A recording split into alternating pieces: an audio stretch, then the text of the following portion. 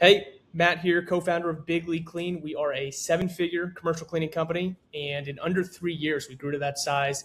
And a big piece of that was because of automations. And one of the most important automations for us was getting good reviews and being able to have social proofing on our Google profile, because when prospects see that, they can trust you. And additionally, with getting reviews, it's not the easiest thing to do as a commercial cleaning company because you only have so many customers until you really grow to size. So being able to get reviews from all of those customers is so important, because having 3 reviews does not look very trustworthy. So I'm going to show you the system that we used basically to get reviews and really to make sure that we were optimizing on reviews from our current clients. So here's how it works at a high level. Basically, after every cleaning we do, the clients get one email 2 hours later, and inside that email, there are 5 buttons, 1 through 5 stars, right? They can click whichever one is honest for them. If they click 4 or 5, they get a thank you email with a Google review link, and that's how the great reviews land on Google. And we make it brain dead easy, and we ride the warm fuzzy moment right after the job is done, when the floors are shiny, when everything still feels super clean and people haven't ran through it right. That's what we want, right there, when they have that feeling to leave a review. Then, now if they click 1, 2, or 3, something completely different happens. They get a private feedback email from me apologizing and promising a personal call within 24 hours. And at the same exact moment, my phone buzzes with a Telegram alert, client name, email, the exact rating, and a suggested call script ready to go. Now, I know this within seconds that the client's unhappy, and I have a way to save the relationship before they even think about Google, right? So I'm calling them up right away. Now, that's the whole game. Basically, 5-star clients become reviews, unhappy clients become phone calls, and nothing slips through, nothing accidentally lands on Google as a 1-star, which you can't have. So basically what happens is when they leave a review, right, there is going to be 2 options. They're either going to get the Google review link sent to them if they did a 4 or 5, right? Or if they do a 1, 2, or 3, that's where we get to call them and see what was wrong. So to me, this is really where it's a true differentiator between us and other companies, because what we're doing is we are making sure to get in touch with them right away if there's an issue, and or we're getting a good review, right? So it's a win-win. Now, this is one node, right? And cleaning companies range from one and done deep cleans to recurring accounts where you're cleaning the same office 7 nights a week, right? So obviously you can't ask the same office for a review 7 times a week. So the template ships with first job only by default. And inside the school community I have, I'll show you exactly how to swap that one if node for whatever cadence that makes sense for your business. For common ones, for example, once a quarter, anniversary-based, job count-based, manual flag for your CRM, whatever it is. If you want to adjust it, for different types of accounts, I show you exactly how to in my school group, which is Cleaning Automation Playbook, which also this has this whole thing. You don't have to build it all out in a drag and drop template. So basically, then it waits at 2 hours, and that's on purpose, not 2 minutes. And it feels robotic when it's 2 minutes, right? And the client's still busy. They can't really process it. 2 hours later, a little bit more time, we want to make sure that it's the right timing for this. So after the wait, the system builds the email, and the email itself is the most psychologically loaded part of the whole system. So it's 5 buttons stacked vertically, and you'll be able to see it right here, right?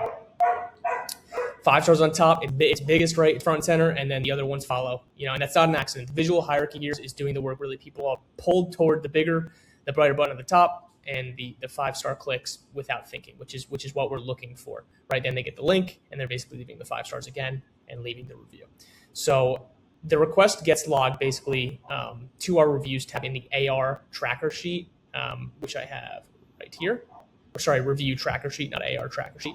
And as you can see, you can do this with your own CRM. You can mix up. We're using just an example for Google Sheets right here, basically. But as you can see, you have the different information that's going to be in there. Now, going back, path B, or the bottom half, this is the smart part. So every one of those rating buttons in the email is actually a link, and every link points to a second webhook on the same workflow.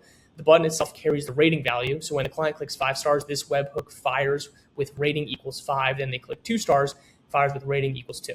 The rating literally rides on the URL. So it parses the rating, then the brain kicks in. The system asks one question: is this rating 4 or higher? If yes, one path. If no, a completely different path.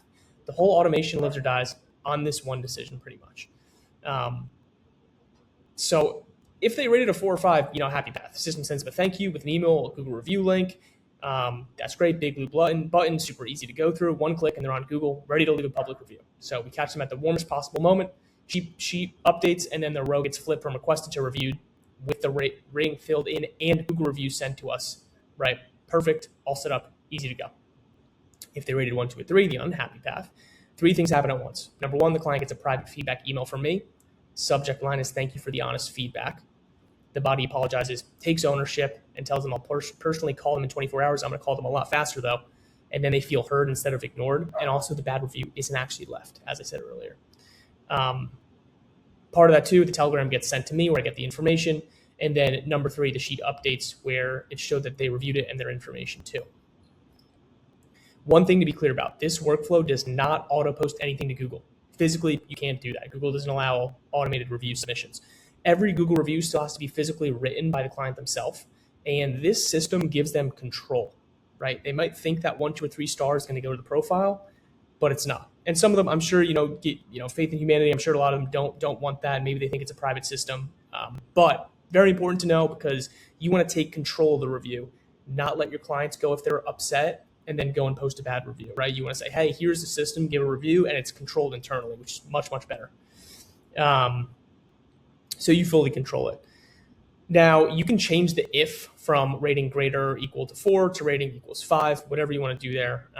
Then only perfect, ratings get the Google link. You can do that as well. That's personally for Bigly Clean, we're only looking for 5 stars. So we do that. But it can change from company to company.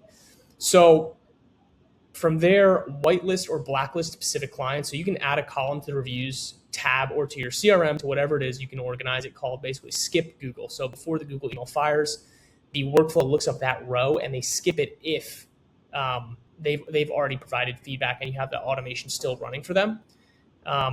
Or where you're not interested in a review from a specific individual if you think that could affect you negatively.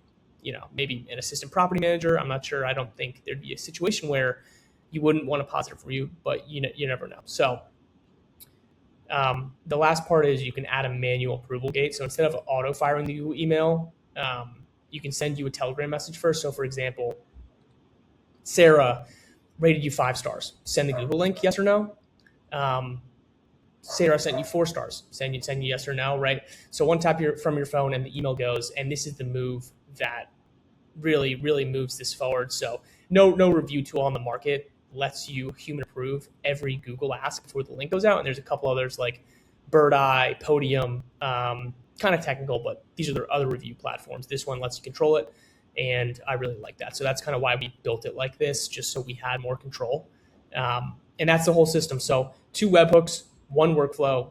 Happy clients become Google reviews. Unhappy clients become phone calls right away that I make personally. And then nothing leaks into Google by accident. And that is it. And I'll show you guys here. This is what it actually looks like. So as you know, Sarah, this is what it can. You can adjust the script if you want to. So keep it simple. And then this is after she does it, leave Google review. And then this is if it's not so great. So, John left a 2. We can show you how it looks here. Okay. And then this is what it looks like if I'm getting an alert from that and the rating so that I can go ahead and then try to smooth that situation over. And that is it, guys. That is the review harvester all built up. There you go.